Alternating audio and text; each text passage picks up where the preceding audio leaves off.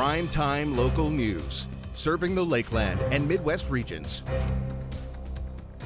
Good evening and thank you for joining us. The Saskatchewan government has confirmed 11 new cases of COVID-19, bringing the provincial total to now 271, with 15 people recovering. Meanwhile, here in Lloydminster, one man is making a significant contribution to the supply shortage of masks across the country from his creation. This unit will be able to help any healthcare professionals reuse their N95 masks up to 45 times. Brent Habitler created what could be a beneficial machine during the COVID-19 pandemic. With some help from A+ Machining here in Lloydminster, he created a mass sterilization unit that uses hydrogen peroxide vapors to sterilize up to 24 N95 masks at a time for up to 45 uses. Hydrogen peroxide, the way it works, it will kill proteins. If you saturate it properly enough, all these proteins are what the viruses and germs attach to. So if you kill all the proteins on a mask, you've killed all the germs and all the viruses. Our unit here, this is where our peroxide vapor comes out of. It fills the chamber completely and saturates in within a predetermined timeline. Then it has a rest period where it continues to saturate and into the mask, and then there's another unit that'll evacuate with a fan all of the chemical and put any residual back into the actual unit inside to recycle it. In the back housing, we have timers, set delays, and we have a holding tank inside that can hold enough product to do 200 cycles with this unit. It takes 10 minutes to run through its complete cycle to do 24 masks. Through self-funding and discussions with the federal government during the testing process, Brent hopes that federal funding can help go from building 10 units per week to up to 50 units per week. I plan on taking it to a few of the clinics that are interested in it, and even a few of the private companies around Lloydminster that want to continue to use the masks for their staff. They can't purchase any more masks. They want to use the same type of unit. Habitler has a patent pending on his machine, and if all goes according to plan, these units should be in hospitals within a month. The Lloydminster Regional Health Foundation recently received a $25,000 donation for this equipment from Synergy Credit Union to help with the equipment shortages. Our Jasmine King spoke with Malcolm Radke, CEO of the LRHF, about their recent donation. I'm joined here with Malcolm Radke, the CEO of the Lloydminster Region Health Foundation, and you guys recently received a donation of $25,000 from Synergy Credit Union. What was your reaction for this? Yes, yeah, amazing news last week when they reached out and let us know. Initial reaction, yeah, just chills. I think we were all honestly really humbled by their generosity right now. And for somebody who doesn't know, how will this donation really be used? Yeah, so this will go straight into our COVID-19 emergency fund. We'll put it to use right away, just stashing up on lots and lots of PPE for all the healthcare workers, obviously in the hospital, but all the facilities and across the community and in the surrounding region, most importantly. And then a few other things like iPads for the isolated residents and patients to connect with loved ones, meal cards for the staff, accommodations for staff that have to self-isolate, stuff like that. And what does it mean for you to be able to have and to know that the community is behind you guys and wanting to help you throughout this difficult time? Yeah, it's honestly been overwhelming. The support's been there in so many ways. We've heard from a lot of people with all sorts of creative ideas and ways to help out. Even just this morning, Dr. Governor sent me a text of a parade that went by the hospital and how awesome all the staff thought that was. So I don't think I've ever felt this supported, and the feeling is totally mutual. For all the healthcare workers, I think everybody's just feeling really, really supported by the community, and just know that it's definitely appreciated, and they're feeling the support and the love. And how has it been for you guys at the hospital so far? It's a little scary. You walk into the hospital and you see nurses in masks and gowns, and they're not letting anybody in there right now. So it feels very real for sure. There's been a few I guess just protocols to make sure everybody's safe and sound. I think the doctors and the nurses and everybody across the building is they've gone through all the protocols and they're ready for action if it does escalate. And like you mentioned, there has been a lot of support for the doctors and nurses, and seeing, like you said, the parade and other activities and, clapping for the healthcare workers. Is that good for you and like mean a lot for you to see that? Definitely. Yeah, actually, just yesterday we opened the mail and there was just a huge bin of cards from St. Mary's School and a few other kids around the community. All that stuff goes a long way. It's just a small, simple gesture, right? A simple meal card in a nurse's hands, and they're just totally, totally grateful. They've got a lot going on in their minds right now, obviously taking care of their patients and thinking about their loved ones back home. And just those simple gestures seem to go a long way. And it's been nothing, but smiles when they do receive those gifts. And you can tell there's a lot going on. There's a lot of stress on the frontline workers right now, but they really, really appreciate all the thoughtfulness and everything people have done for us. Which is awesome to hear. And if anyone was looking to donate, where can they do so? Yeah, for sure. We've got a running list of things we need, obviously on our Facebook page, but online is always the best way on our website, lrhf.ca/donate. We know it's uncertain times, so we're not putting pressure on people to give cash. Obviously, we'll put it to use if you do want to help out that way, but there's also various ways you can help out in kind, and it's all support. It's all very, very appreciated. Okay, well, thank you for joining us today, and best of luck with you guys in the future with all of this going on. Yes, thanks for all the coverage, guys, and thanks to everybody out there. Awesome, thank you. Stay with us, more primetime local news after the break.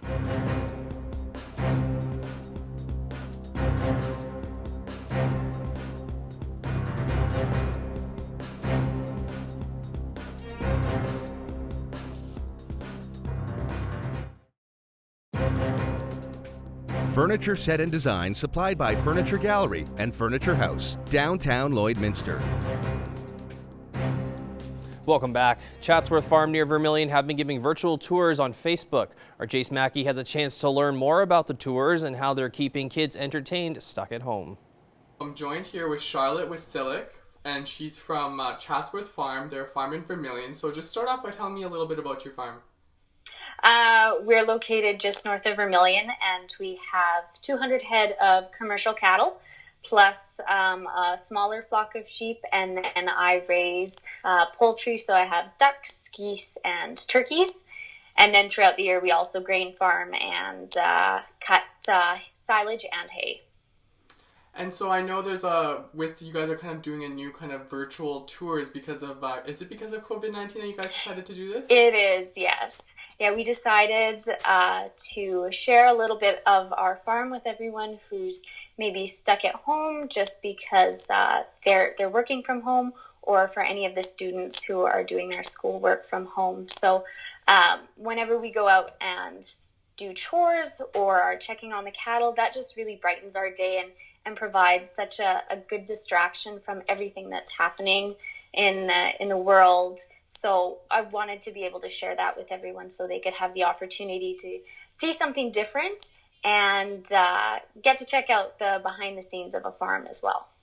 And so you guys have done a few of these kind of live tours where people are able to kind of watch and get kind of a virtual tour and kind of escape with their average day life. So what kind of what have people been kind of saying to you guys about that? We've been having a lot of really great viewers. We've had people tune in from Texas, Ontario, all over Alberta and Saskatchewan, and we've had a lot of people who are either brand new to what a farm is, or people who know a lot of the processes that go into a farm but haven't had the opportunity in the last couple of weeks to maybe get out and explore as much as they'd like to. So I go through the cow pen with all the calves that have just been born, so giving everybody a little bit of an explanation of how the calves are born, what all the different colored ear tags mean. Then I'll go and take a look at some of the ducks and geese and compare the goose eggs to the chicken eggs to the duck eggs and down to the sheep, and explain a little bit about them. So giving everyone a full sense of the working farm that we have.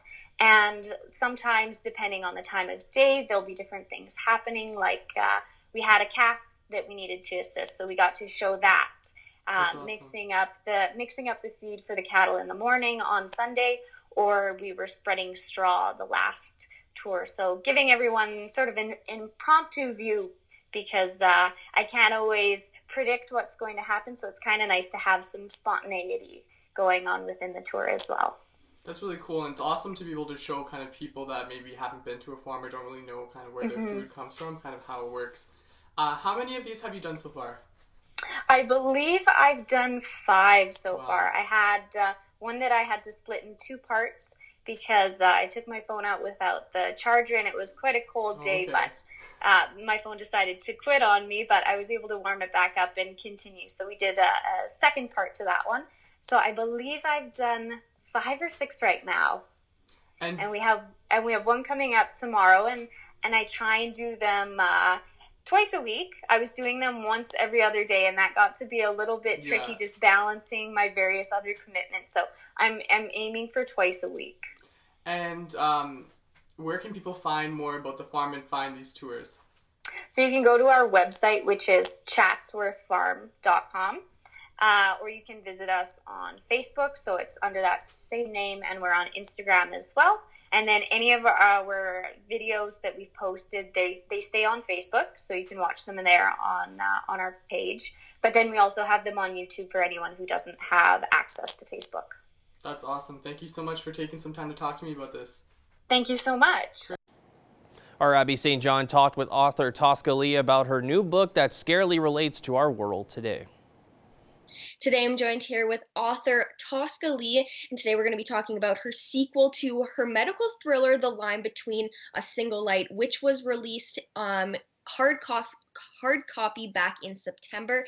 And the thing about this book, it is scarily close to what we're living in today. Tosca, thank you so much for joining me. Tell me a little bit about A Single Light.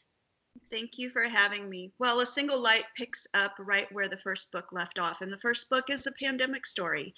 And this has been very surreal. The last few months have been very strange for me because of the similarities. A Single Light picks up exactly where the first one ends, and it progresses forward about 6 months after the start of the pandemic, and into a world that has been greatly changed, and much of the story is about the search for a vaccination, which is very much kind of where we're at. So, and it's the story, I should say, it's mostly the story of hope.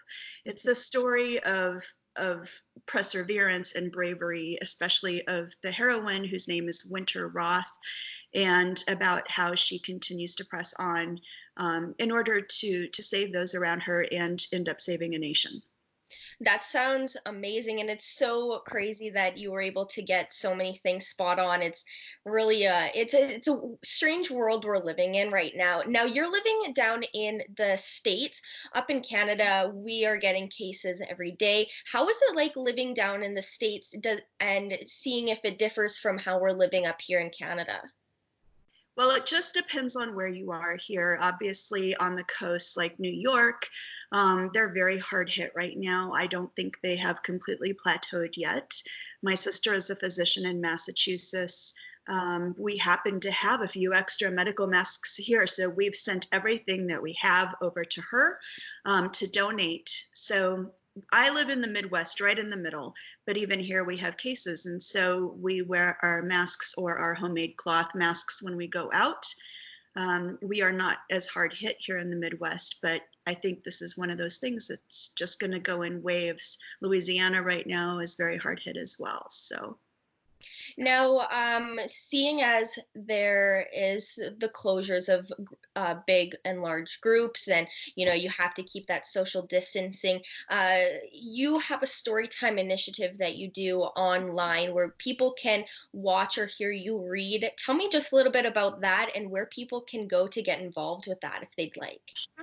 Yeah, so this is something I started on March 20th when we were already kind of, how long are we going to be stuck at home? And, as a novelist, this is what I do. I tell stories, I entertain. And so this is just an extension of that. And so I have an open invitation to anybody who wants to join me, who may be going a little stir crazy, who might want that nightly routine. So 9 o'clock Eastern time every night, which is 8 o'clock Central for me, but 9 Eastern on Facebook at author Tosca Lee, Toscalee. I read. And the book that was voted on from my readers at the start was Iscariot, the story of Judas Iscariot. And so we're reading from that. But if we're still stuck at home by the time we get done and we're well past the halfway mark, I'll just read another one. So that's Oh, the that plan. sounds awesome because I know there's tons of people who are stuck indoors for days on end, don't really know what to do. So that's always a nice little change in pace.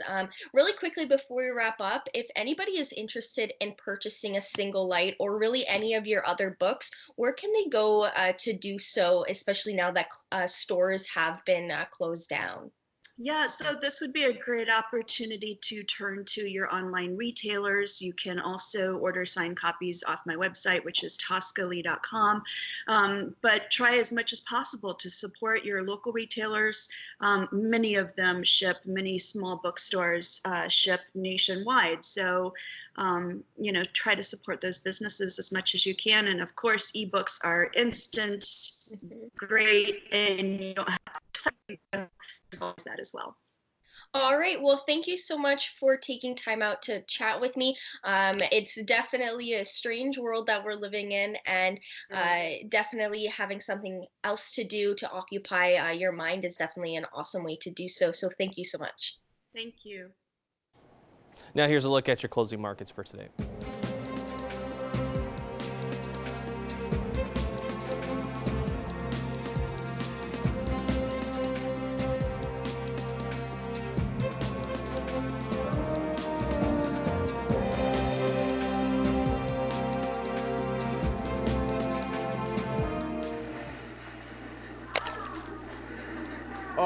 First General Services. When you require prompt emergency service, the first F word that should come to your mind should be First General Services.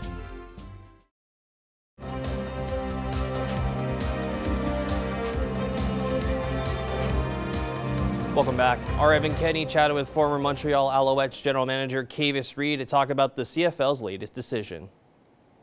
Joining me today is a guy who spent a lot of time in the CFL, most recently as the GM of the Montreal Alouettes, Kavis Reed. Kavis, thanks for joining me. Absolutely, my pleasure.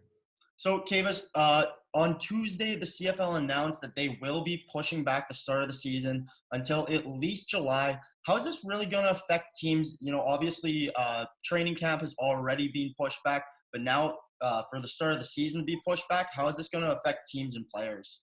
Yeah, first and foremost, I think that the league is doing the right things. I know that being in those meetings before, this committee, this group led by the commissioner, is going to look at all angles and make certain they're compliant with what is being suggested by government officials. And I'm very pleased to see that the league has been taking this very seriously and been out in front of it. And that's what is expected. The logistics is going to be affected. A lot of the plans for training camp have been made. I would suggest that teams have already started or have already done the adjustments they need to make. One thing that CFL is probably going to have to really look at is what's going to happen with the U.S. border. How are players going to be allowed to enter in? Has the quarantine or has the suggestion of stay at home been lifted in the U.S.? So there are a lot of moving parts that I'm quite sure that they already discussed because there are some very smart and experienced people in that room. But it's going to be some logistical gymnastics that's going to have to happen. Now, as a former player, maybe you can, give us inside details on, getting this pushed back, how the offseason has changed for these players.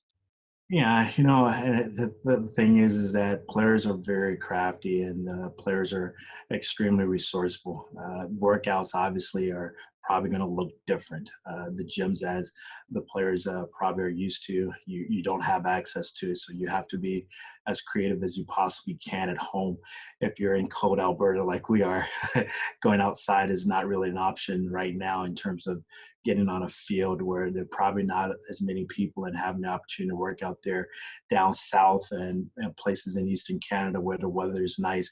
I think players can do a lot of things cardiovascularly, but in terms of strength and conditioning, that might be the one part of the training that is most compromised. But again, there's resourcefulness by the players, and I'm quite sure the strength and conditioning guys are communicating very effectively to help those guys get ready that way. Now, Kavis, one thing that will really be affected by this pushback is the Grey Cup. It'll be hosted in Regina, where obviously it'll already be cold, but with it being possibly pushed back, how big is that going to be affecting the game? Everyone is going to wait to see how fans consume sports. And it's not just unique to the CFL. I think all the sporting events are going to have to see how the consumption habits is going to be affected by this pandemic. But the tradition of the Grey Cup, and especially being in a CFL city like Regina, I don't foresee that it's going to be a lot of changes if we're back to some normalcy in terms of fans being able to be in stadiums. It's a rabid fan base.